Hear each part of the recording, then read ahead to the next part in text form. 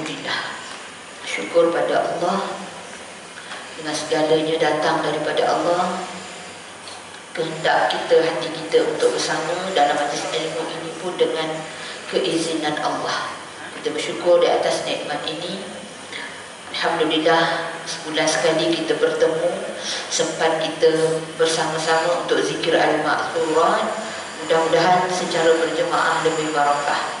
Amin ya rabbal alamin. Kita akan sambung. Boleh bantu saya hari itu berhenti kat mana, sebab saya bertukar buku. Masih lagi Fatihah kan, 85 ya.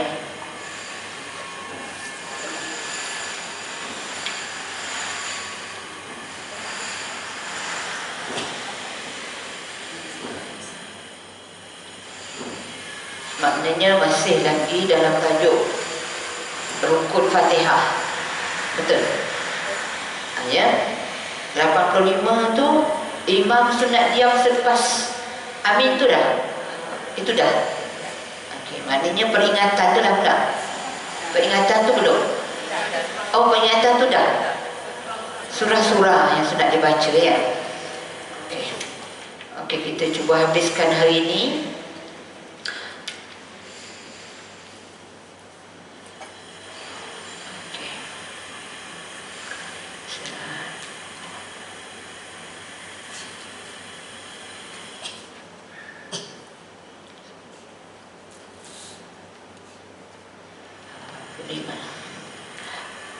Bagi solat subuh dan zuhur, sunat dibaca surah yang panjang dan menjelaskan hukum khusus. Maksudnya surah yang kita baca tu ada berkaitan dengan hukum-hukum tertentu. Kalau mampulah. Ya. Bagi asar dan isyak pula, sunat dibaca surah sederhana panjang. Jadi sekarang ni kita ada 5 waktu solat. 2 disebut sebagai surah dia. Ya, disebut dia sebagai solat yang panjang. 4 rakaat tu ada 3 solat, tapi 2 sahaja yang disebut sebagai panjang, iaitu subuh tu dianggap panjang, disuruh baca surah yang panjang, tapi dia 2 rakaat pendek. Kenapa? Kerana nanti kita sebut ya. Jadi nak sebutnya, dia nak beritahu dekat kita untuk solat subuh dan zuhur sunat ya, bukan wajib. Dibaca surah yang panjang, dan surah itu kita pilih yang menjelaskan hukum-hukum tertentu. Bagi solat asar dan isyak pula, sunat dibaca surah sederhana panjang. Jadi dia pun akan tunjuk kat kita mana surah panjang, mana sederhana panjang. Okey. Hukum sunat ini bagi imam adalah terikat dengan redha makmum, seperti mana yang disebut di dalam kitab Al-Majmu' karangan Imam Nawawi. Redha imam itu dalam arti kata, redha makmum itu dalam arti kata kita dah tahu dah siapa imam kita. Jadi imam pun mungkin dah ada hin-hin solat subuh ni baca surah ini. Tapi kalau ada di kalangan, bila kita duduk kawasan macam ni, ramai yang bekerja, mungkin dia nak solat berjemaah di surau masjid, tapi kalau baca panjang-panjang sangat nanti ya terlibat dengan jam, kadang-kadang seminit 2 pun. Itu yang dia kata redha tu. Tapi ada orang yang mengambil sebagai azimah. Dia bukan dia tak nak ambil rusah ringan-ringan ni, mudah-mudah, tapi dia nak ambil satu kekuatan. Ya, tak apalah imam panjang pun, penting aku dapat dan aku yakin Allah akan tolong aku, sebab aku nak pilih terbaik. Itu bergantung pada keyakinan tu. Tetapi secara generalnya disebut macam itu. Ya, subuh dengan zuhur kalau mampu bacalah yang panjang. Maknanya persoalan-persoalan yang datang kemudian itu kebijaksanaan seseorang itu untuk dia berhubung dengan Allah macam mana. Ya, itu dipanggil tawakal, itu tinggi tu. Ya, walaupun dia rasa ni aku lewat seminit 2 mesti jam teruk, tapi dengan penuh pengharapan pada Allah, aku nak cuba juga dapat solat subuh berjemaah, imam baca panjang pun tak apalah, pun redha juga. Itu semua rezeki lah cara ya. Okay. terikat dengan redha makmum di mana disebut dalam adab majmu'. Bagi solat maghrib pula, sunat dibaca surah yang pendek. Tu yang baca kuliah je tu. Kerana hadis yang diriwayatkan oleh An-Nasa'i berhubung dengan perkara di atas, dan waktu dia pun pendek, ya, maghrib dengan isyak tu.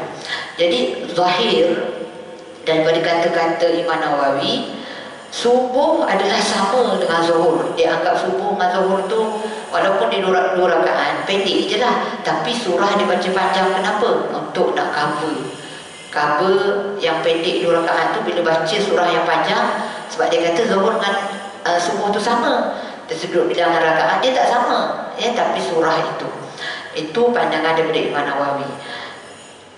Tetapi sunat dibaca pada zuhur surah yang hampir dengan surah panjang, seperti mana yang disebut di dalam, ini pandangan Imam Nawawi, dalam kitab Rawdah disebut macam ni, dalam kitab dia yang lain disebut macam ini. Orang banyak ilmu, jadi orang yang belajar banyak kitab, dia bertemu dengan macam-macam khilaf daripada seorang penulis. Kita sekarang ni, ya, bertemu dengan ramai asatizah, dia cakap begini, confirm lah, memang banyak dia punya memang banyak khilaf dia. Ini bila dia seorang pun dia bertemu dengan hadis macam ni, dia kupas macam ni. Jadi kita dah sebut awal-awal, perkara khilaf jangan diperbesarkan, yang penting buat, ya. Tapi ada orang yang mungkin dia nak mengambil azimah, ya, kekuatan yang hebat, dia akan pilih terbaik daripada yang baik. Tak sama, setiap orang memang tak akan sama. Okey, habis di situ hikmah sunat membaca surah-surah seperti di atas, kerana waktu subuh dia kata panjang dan solat hanya 2 rakaat, maka baik dipanjangkan kedua-dua rakaat itu. Kalau kita ni biasa berjemaah dekat masjid waktu subuh, memang imam itu baca panjang, ya. Cuma ada juga berlaku khilaf tentang subuh Jumaat. Subuh Jumaat memang sunnah Nabi baca surah Sajadah pada rakaat pertama, rakaat kedua baca surah Al-Insan. Kedua-dua tu panjanglah 30 ayat, Insan 31. Okey. Jadinya sekarang ini, dan saya pun tengok dalam kitab ni pun ada dibahaskan, di kalangan makmum, kita kata mencari imam, mencari redha makmum dengan cara macam tak sempat nak pergi, nak cepat, kan. Jadi ada di Masjid Surau dia baca surah Sajadah itu sahaja. Rakaat pertama surah Sajadah, dia berhenti pada setengah ayat, ya, habis. Lepas tu rakaat kedua dia sambung surah Sajadah juga. Jadi ada dibahaskan dalam kitab ni macam mana. Kalau ikut sunnah Nabi betulnya tak macam tu. Rakaat pertama habiskan Sajadah. Tapi rupanya dalam buku ni ada dibahaskan, ya. Okey. Jadi kita faham di situ subuh diberatkan untuk panjang. Kalau kita solat seorang-seorang, apalah agaknya surah panjang yang kita mampu baca tu. Kita ambillah pandangan yang membenarkan letak Quran dekat depan tu. Bacalah, tengok situ pada solat seorang-seorang. Walaupun ada khilaf, dia kata solat fardu tak diberatkan lah, macam tak boleh lah tengok dekat teks tu. Ada pandangan, tapi ada pandangan kata boleh je. Sebab yang selalu letak stand tu kan untuk solat sunat, solat tarawih. Tapi ada pandangan kata boleh, kalau kita nak mengambil jalan-jalan ke arah memenuhi sunnah itu. Okey. Waktu maghrib pula dia kata waktu sempit, maka baik dibaca surah-surah yang pendek. Waktu zuhur, asar dan isyak memang 4 rakaat panjang, tetapi solat-solat tersebut juga panjang, iaitu 4 rakaat. Oleh kerana waktu 3 solat itu panjang dan rakaatnya juga panjang, maka sunat membaca surah yang sederhana kecuali zuhur. Kecuali zuhur. Zuhur dengan subuh dia berkawan. Macam pelik lah kita kata, kan. Tapi bila kita baca kitab, guna akal kita, 3 yang panjang tu, 4 rakaat tu, 3 tu lah yang kita kena baca surah panjang. Tapi dalam kitab dia tak sebut macam tu. Subuh yang 2 rakaat dia disuruh baca surah yang panjang. Bila kita belajar, kita jelas benda tu. Jadi macam yang 3 yang panjang ni, Zuhur sahaja dia kata untuk surahnya panjang. Asar dan Isyak tidak diberatkan yang panjang. Jadi apakah surah-surahnya dia akan sebut. Oleh itu tiga solat itu panjang dan rakaatnya juga panjang, maka sunat baca surah yang sederhana kecuali Zuhur. Maknanya Asar dan Isyak sederhana, ya, kecuali Zuhur dia kata tadi, kerana disunatkan membaca surah yang hampir sama dengan surah yang panjang. Syekh Abu Muhammad di dalam Al-Mukhtasar dan Imam Ghazali dalam kitab Al-Khulasah dia dan juga kitab Ihya dia mengecualikan solat subuh, terutamanya kita ke musafir. Itu pandangan dia, ya. Jadi maknanya adalah pandangan kalau tengah musafir, nak juga baca panjang, nak buat juga sujud sejadah. Contohlah kan, orang yang mengambil azimah, ya, orang yang mengambil azimah kadang-kadang waktu musafir pun boleh qasar, tapi dia tak nak qasar, dia jamak saja. Itu pun ada pandangan-pandangan dia. Tapi kita ni orang awam memang mengambil pandangan, kan Allah bagi hadiah kat kita, kenapa tak nak guna, kita kata, ya. Tapi punya bila kita baca mendetail dalam kitab, dia ada syarah-syarah dia lain. Masya Allah, hebat. Ya. Syekh Abu Muhammad di dalam Mukhtasar itu dah sebut tadi, sunnahnya ialah pada rakaat yang pertama dibaca dengan Qul ya ayyuhal kafirun, pada rakaat yang kedua Al-Ikhlas. Inilah yang kita ambil. Dia kata sunnahnya untuk ketika musafir, yang ketika kita sepatutnya baca panjang subuh dengan Zuhur itu, tapi sebabkan kekekalan musafir bolehlah, jadi dia bagi, ya, Imam Ghazali contoh dibagi situ, dia suggestkan surah Al-Kafirun dengan Al-Ikhlas. Jadi kita ni mengambil itu semua keadaan. Okeylah juga kan. Terdapat 10 pendapat salaf, 10 pandangan daripada ulama terdahulu, ya, salaf, ulama yang lebih awal. Kalau ulama sekarang dipanggil ulama khalaf, yang ke belakang, salaf yang ke depan dulu, yang lebih hampir kepada Rasulullah, khususnya 300 tahun selepas ketiadaan Nabi. Itu dipanggil ulama salaf. Okey, ada nota kaki kecil bawah tu. Dia kata surah yang panjang dinamakan dalam istilah fiqh sebagai tul al-mufassal, surah-surah yang panjang. Ini kalau kita baca kitab fiqh, menjelaskan hukum dan memiliki keistimewaannya sendiri, seperti mana firman Allah, kitabun fussilat bi ayatihi. Jadi kalau di dalam hukum fiqh dikatakan surah yang panjang tu, maknanya bila kita habiskan itu tu lengkaplah penceritaan hukum hakam dia. Begitu yang dia nak sebut, ya. Okey. Baik. Nota kaki di bawah itu sebab kita jelaskan ayat-ayat. Jadi maknanya ayat-ayat Al-Quran dia mengandungi makna-makna yang berbeza yang dijelaskan dengan terperinci. Makna-makna itu merangkumi ada berita gembira, ada berita menakutkan, ada cerita tentang halal haram dan sebagainya. Ia dinamakan sedemikian kerana terdapat banyak pecahan yang berlainan di antara surah-surah. Ada juga ulama yang mengatakan kerana kurangnya ayat-ayat yang dimansuh di dalam surah-surah tersebut, surah terakhir ialah Qul a'udzu birabbin nas. Ini kalau kita nak detail belajar ulumul Quran. Yang ni tak ada masalah apa-apa pun. Kita sekarang nak bahas, ya, surah pada solat ini panjang ke pendek ke, berkaitan dengan yang pendek itu macam Al-Kafirun, habis penceritaan dia, ya. Katakanlah, wahai Muhammad, kuliah ayat, wahai orang-orang yang ingkar kepada Allah. Lepas tu penceritaan dia lah, ya, kau sembah ni, aku sembah ni, akhirnya bagi kau, agama kau, bagi aku, kan cukup tu kisah dia. Dan surah Al-Ikhlas pun pendek tapi merangkumi benda yang puas hati kita. Puas hati, katakanlah Qul huwallahu la Allah, Allah tempat pergantungan. Semua itu cukup maksud dia. Alhamdulillah ala kulli hal, kalau kita boleh tadabbur dan baca dalam solat dengan penuh penghayatan, walaupun itu jelas surah yang kita ulang-ulang, kan bagus. Bukan sekadar di bibir. Artinya baca dengan penuh penghayatan. Walaupun kita tak dapat surah yang panjang yang lebih hebat, tapi kita boleh hayati. dan dia menyerap dalam kehidupan kita.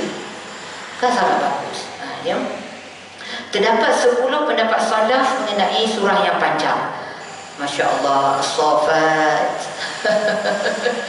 Al-Jasiyah, tak mampulah kita, Al-Qital, Al-Fath, Al-Hujurat, ini mampu sikit kot. Qaf, As-Saff, itu mampulah sikit tu. Tabarak, ya, surah Al-Mulk, itu mungkin mampu jugalah, ada dah menghafal. Al-A'la, itu bolehlah. Al-Duha, jadi itu dia antara yang dinakalkan daripada ulama. Dia mengatakan ini dia panjang, ya, kadang tu taklah panjang sangat, dalam berapa belas saja, tapi dia merangkumi cukup perkesahan dia. Okay.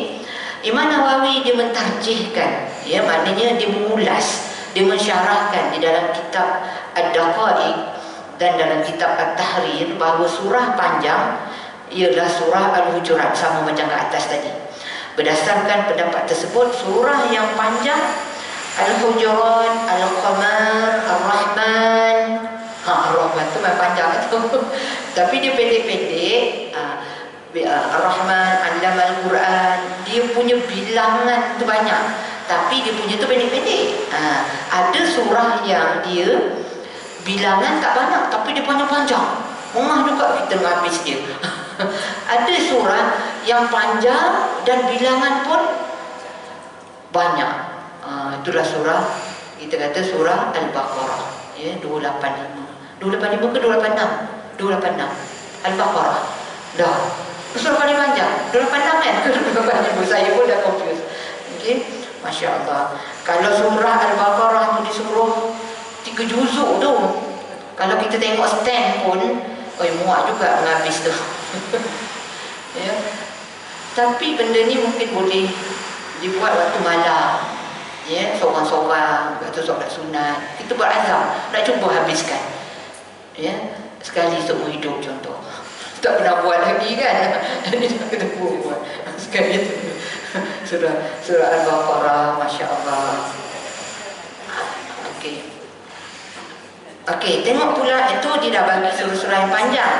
Surah pertengahan, surah Asy-Syams, Al-Lail. Ya, ini yang kita baca dalam solat duha kita contoh. Surah pendek Al-As dengan Al-Ikhlas. Surah pendek orang tak payah cerita, memang itulah yang kita selalu. Ada pendapat dia mengatakan surah panjang bermula daripada Al-Hujurat sehinggalah surah An-Naba. Ini pandangan.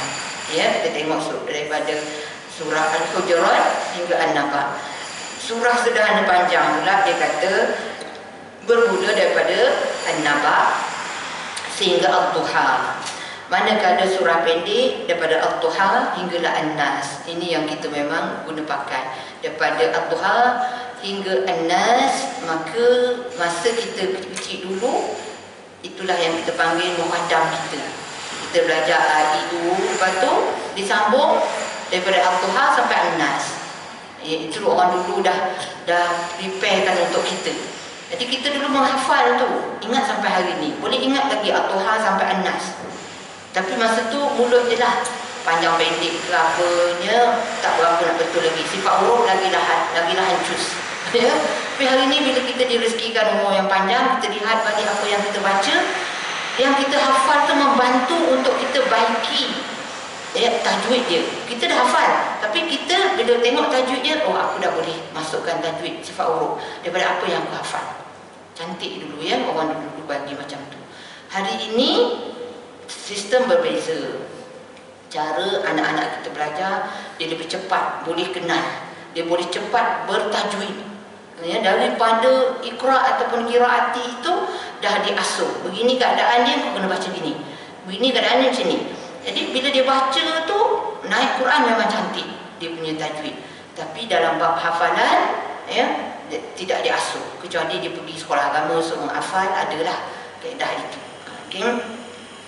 Baik, jadi kita jelas dah apa di surah yang panjang. Nampaknya kita ni tak berapa nak dapat. Kecuali surah Al-Mulk, siapa yang hafal, ya. Bila ada pandangan kata Ad-Duha pun panjang, boleh dah guna Ad-Duha sekali-sekali. Itu, ya.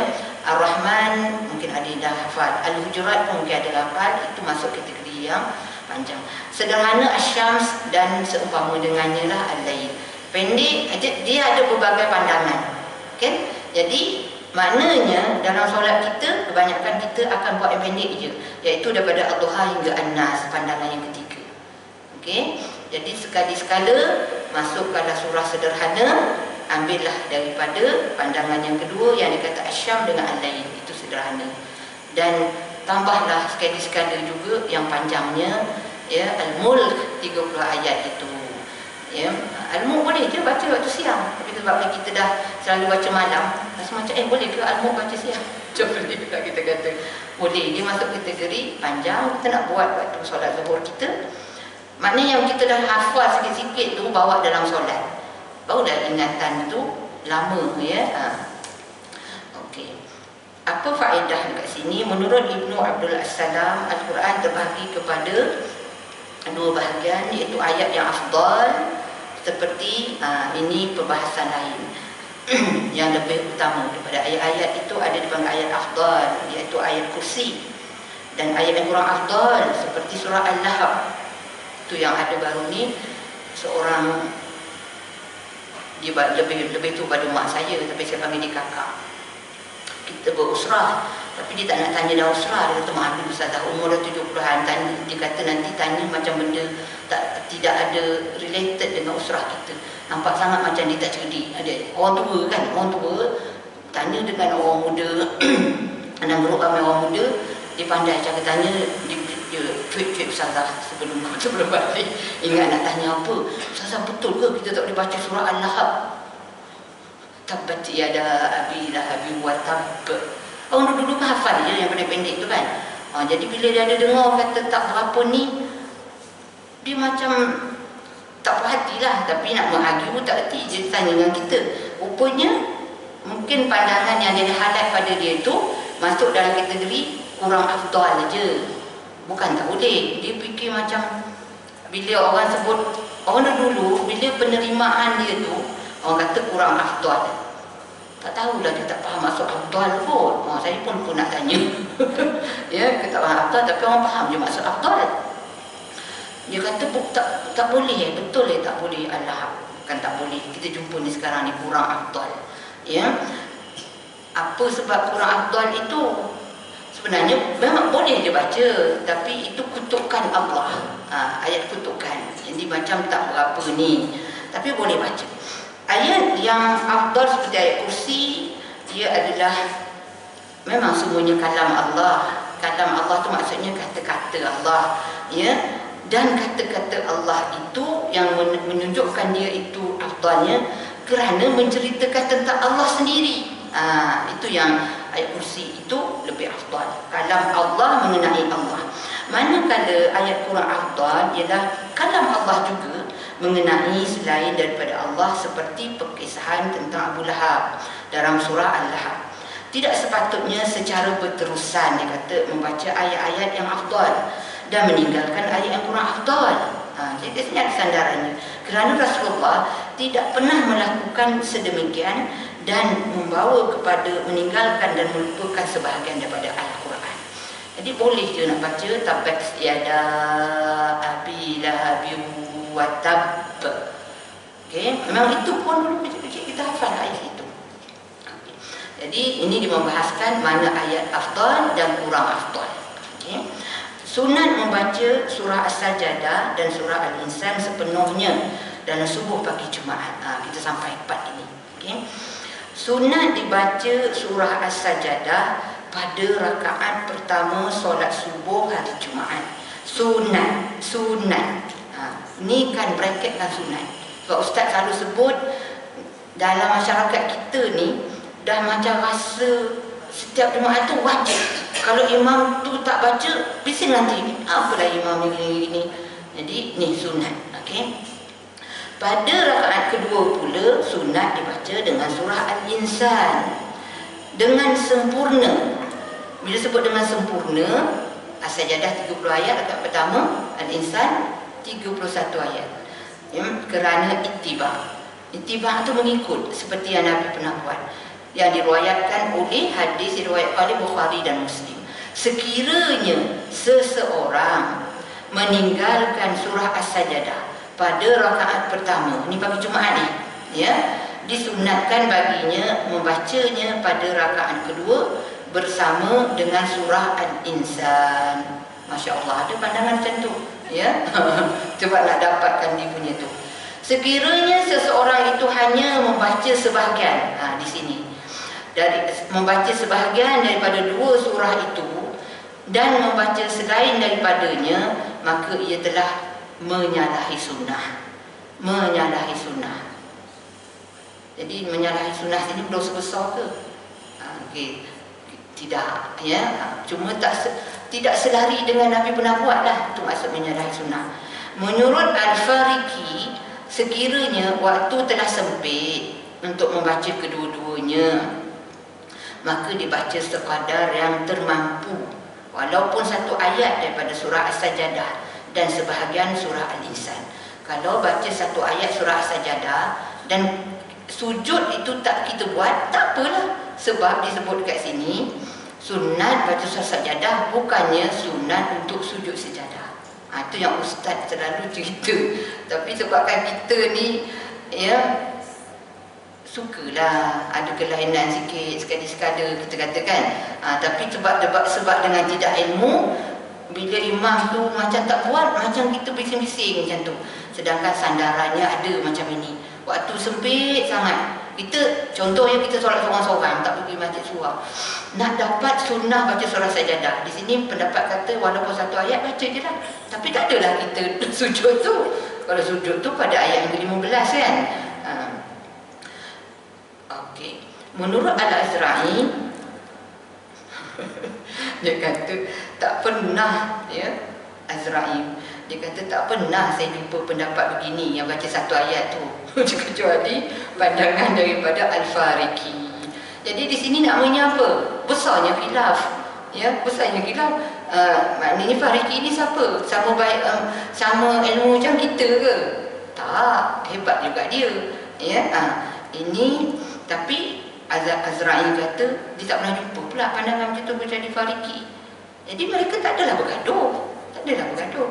Jadi kalau kita, contoh kita nak dapat sunnah, ya, hari Jumaat baca surah Sajdah, tapi hafal dalam 5 ayat je, contohlah, baca je lah, ya.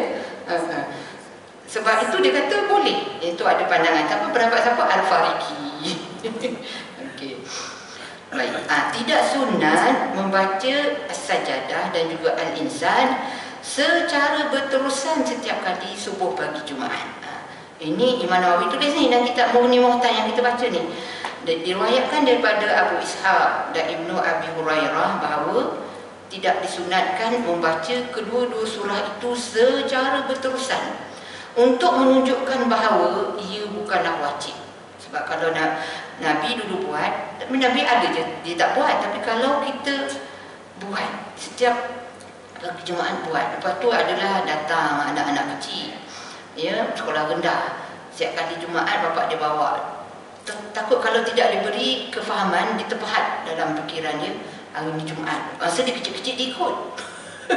Masa dia dah besar-besar, dia remaja, hari Jumaat tak nak baca panjang.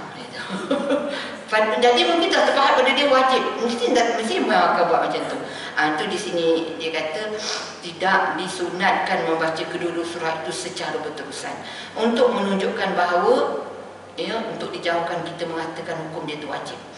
Pernah diberitakan kepada Syekh Imaduddin bin Yunus bahawa orang-orang awam telah pun beranggapan bahawa membaca surah As-Sajdah, orang awam, kita orang awam lah ni, ya, pada hari Jumaat adalah wajib dan mereka menolak perbuatan orang yang meninggalkannya. Gaduh-gaduh pula, ya, ini masjid ni kenapa ni tak ikut sunnah ni, tak boleh lah macam tu, ya. Itu je. Ini pernah diceritakan oleh Syekh Imaduddin.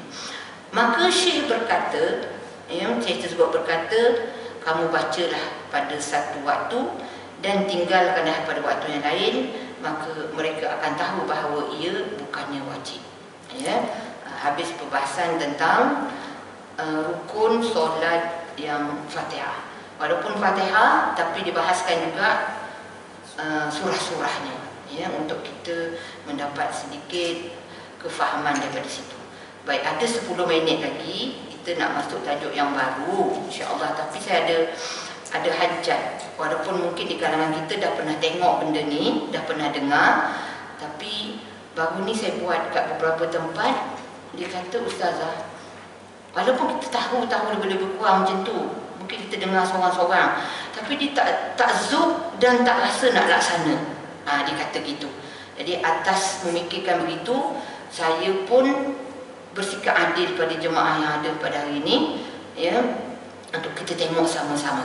Tengok sama-sama. Mungkin ada yang dah tengok sebagai ulangan, dan kita tengok bersama, mudah-mudahan lebih barakah.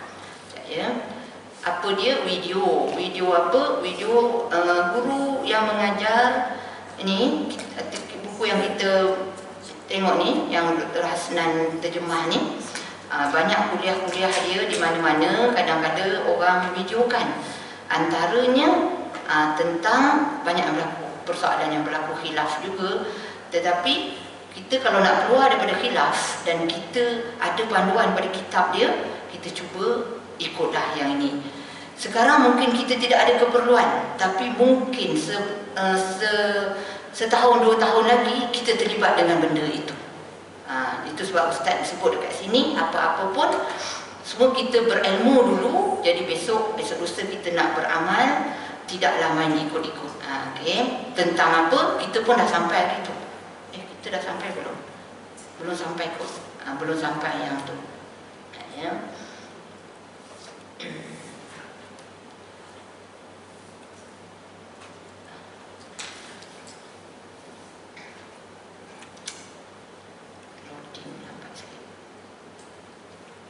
Iaitu orang yang tak boleh sujud ke bawah. Macam mana cara solat dia? Ya, ramai orang duduk atas kursi. Jadi macam mana sebenarnya solat di atas kursi ni untuk rukuk dan juga sujud dia? Pernah? Semua dah tengok ni? Pernah tengok?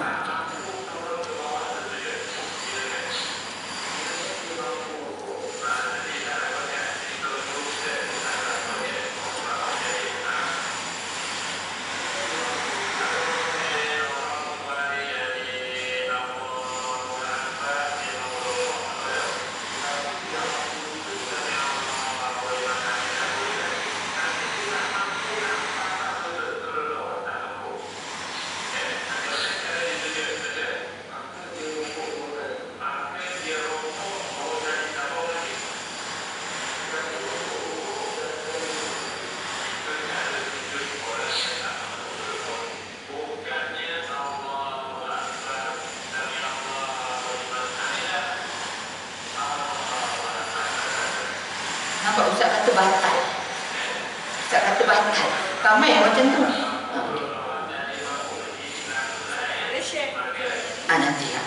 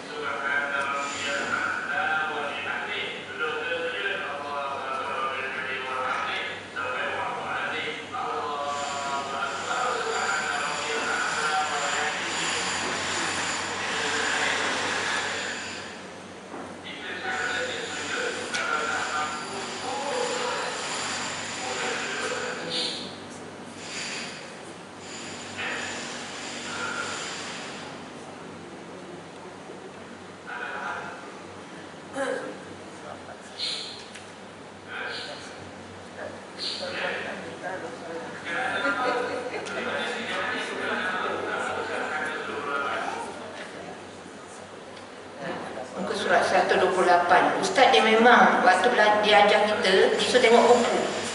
Dia suruh kita baca sendiri, fahamkan. Kat 128.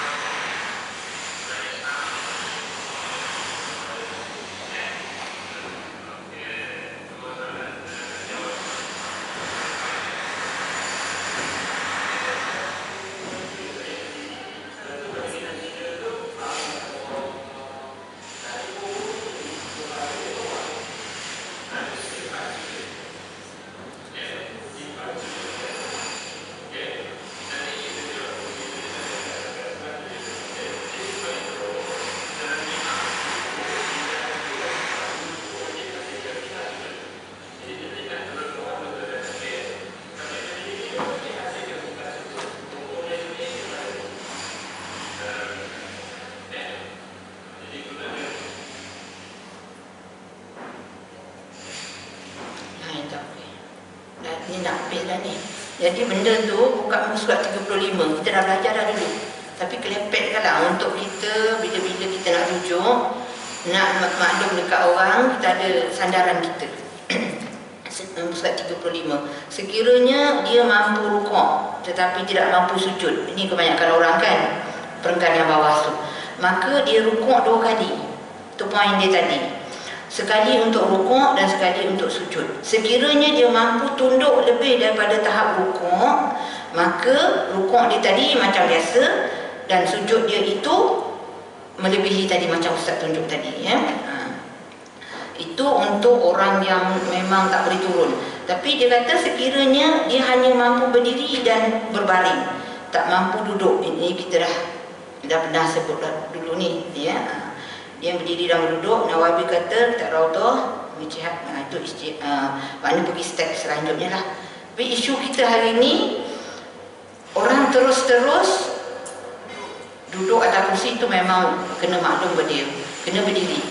Kalau dia boleh berjalan sana sendiri, at least ketika takbir atau ihram tu dia memang kena berdiri. Lepas tu dia dah rasa sakit apa semua tu, dia boleh duduk.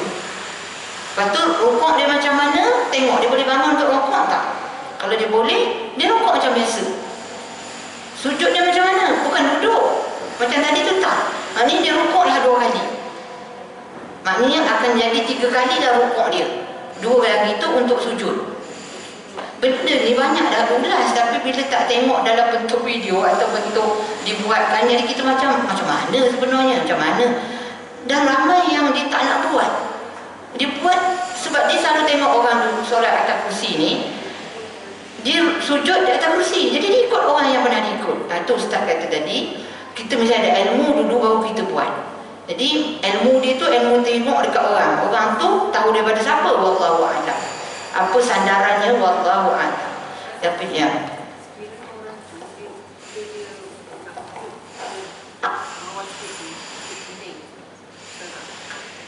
Tadi Ustaz dah sebut, maka dia buat 2 kali lah. Rukuk atau 3 kali dah jadinya. Sebab bila lagi turun sama ada sakit belakang ni ke atau ni, maknanya kekangan dia tu tak boleh macam tu. Maka rukuk tu boleh tak dia? Boleh. Maka rukuk tu lah, itu yang ditulis dalam buku ni, 2 kali rukuk. Dalam buku tu muka surat 35 tu. Maknanya bukanlah duduk susah tangan ya. Setengah sekarang orang bila dah rukuk, lepas tu bila dia nak sujud, dia duduk dulu. Dia susah tangan ya. Duduk atas kursi. Salah lah tadi Ustaz tunjuk tadi.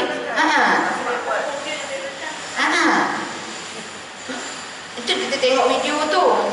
Masa saya ajar tu saya cakap dia juga, tapi kita macam tak apa-apa perasan. Itu yang Ustaz kata, nanti mungkin kita 2-3 tahun lagi kita berguna benda ni. Di ilmu kita dah ada. Tak adalah kita akan buat benda yang tak sepatutnya. Ya, majoriti orang macam tu. Ustaz dah bebel banyak kali dah. Ustaz kata dia dah bebel banyak kali. Itu yang sampai dia pergi kat masjid UKM. Staf-staf UKM cakap apa? Ustaz, nanti Ustaz dengan kami sama-sama masuk neraka. Kan dia cakap tadi, tak dengar ya? Kenapa pula Ustaz tak ajar kami yang betul yang macam mana? Ustaz dia kata, dah Ustaz juga yang salah. Ustaz kata, ya Ustaz kata. Kan dia cakap tadi, mungkin suara tak dengar. Dia tak dengar. Dia pun okey. Dia banyak je tu. Jadi kita berhenti kat sini. Next nanti kita pergi rukuk. Yang rukuk ya. Wallahu a'lam. Yang baik semua daripada Allah, mudah-mudahan bermanfaat. Jadi kita tangguhkan dengan tasbih kafarah dan juga suratul Asr. Subhanakallahumma wa bihamdika asyhadu an la ilaha illa anta nastaghfiruka wa natubu ilaik. Innal insana lafi khusr illa alladziina aamanu wa 'amilus shalihaati wa tawassaw bil haqqi wa tawassaw. Assalamualaikum warahmatullahi wabarakatuh.